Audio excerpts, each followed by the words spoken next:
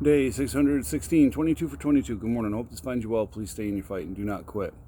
All right, so this is the final part, I believe, of the technology and time has changed war and us. It's part 9. Administrative note before I get rolling. There will be no push-ups until further notice. My elbow has blown up, and I'm not sure if it's bursitis or gout or something else. Leave it right where it is. But bottom line, I'm not going to further injure it. Not sure what happened with it, but there's that. Here's Mary. I don't know if you can see her. Here she is. All right. So the one thing I wanted to talk about was the difference, and I touched on it with the difference between our civilian population during World War II and now. One of the big ones is that nowadays, not many 19-year-olds, civilians, and older, for the past generation, had to write their will before they went somewhere. Some do, some don't. But fireworks? No. But the bottom line is, a veteran and those that are active duty see life a lot different. Listening to our recruiters, listening to our drill sergeants, listening to our first platoon sergeant and sergeant major and squad leader and all that, we get immersed in a different world entirely than what we grew up in and what our counterparts at the same age grow up in. I think that helps create a divide. We get out and we're not understood.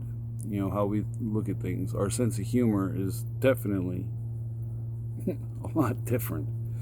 And we do things different. We look at things different. I don't know, it's an entire different mindset than you find from your civilian counterparts of the same era. Now, that's not saying there's anything wrong with either side of it. It is what it is. There's a choice whether you want to serve and able to serve, and whether you choose to serve. And we provide that blanket that helps provide that choice. We're not in a war where you have to draft everybody to go. What? Oh, thanks. But it helps widen a gulf, you know, and there's not much we can do about it other than just try to find, if we are in a spot where there's not a lot of vets, find that one vet that's going to be able to be a friend and work to build a network for yourself. There's obviously social media, and that's a big help, though it's not a face-to-face meeting.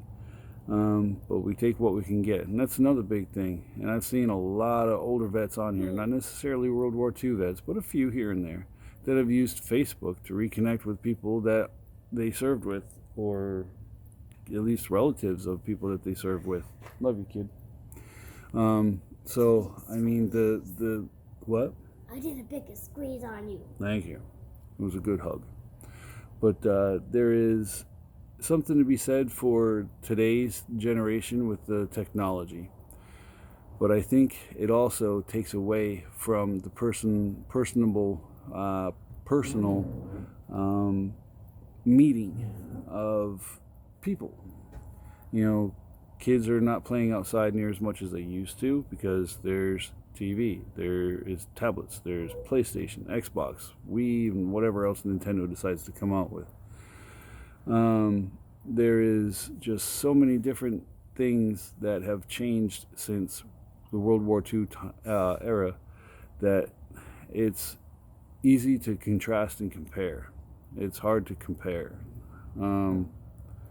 as far as this is not.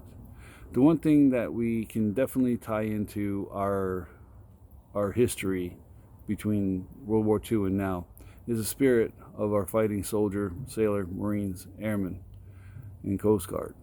There's no doubt that there is a fighting and winning spirit instilled in all of us, and that has carried our military through a lot of hard stuff. Now, we need to have that same spirit. And there's a Barbara, and there's a James behind me too, and I think he just farted. No, Who farted? I did. I knew I heard a fart.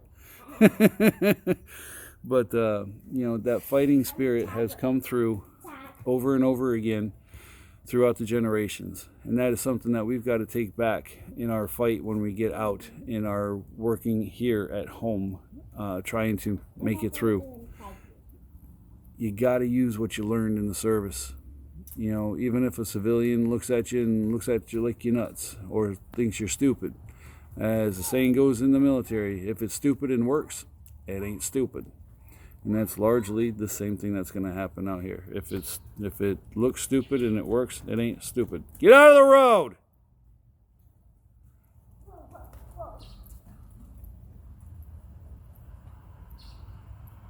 I hear a bus. I don't know where it's going. Stay out of the road. All right. So anyway, I'm going to start wrapping it up here. The, ow! Sorry. Hurts like bad. I'm not doing it right now. Dad, I said I'm not doing it right now. Forgot where I was going. Pain shot through my body and erased my thought process. No kid. All right. So, if you would, please check out my YouTube channel, that_push-up_guy tough. As I said, for the next couple, however foreseeable future until things rectify, I will not be doing push-ups. My elbow is tore up from the bottom up. So with the YouTube channel, if you would please hit the like, subscribe, and the notification bell, and leave a comment on the video. Please share the videos. Please, please, please. I've been told that they help. I want to help more, and that is the whole entire goal of doing this every day that I can. I have my Facebook page, Jim Tough, and then I have my I post the videos in about 20 veterans Facebook groups, and if you cannot share from inside that group because of the security settings, please come to my personal page, Jim Tough, and share from there. I'd appreciate it. Oh, stop, dude. What are you doing? Dude, stop. All right, so if you need help, seek help. Get it from friends, family, professionals. There is absolutely no shame and no weakness in seeking help to make sure that you stay here on this planet and stay here for your family and everybody else around you. You got this. Please do not use suicide as a permanent solution to a temporary or a permanent problem. You got this. We'll see you here tomorrow. Ready? James spinning. I know. All right. 1, 2, 3. I don't really need that. 1, 2, 3. Tough out. Mary, hit the off.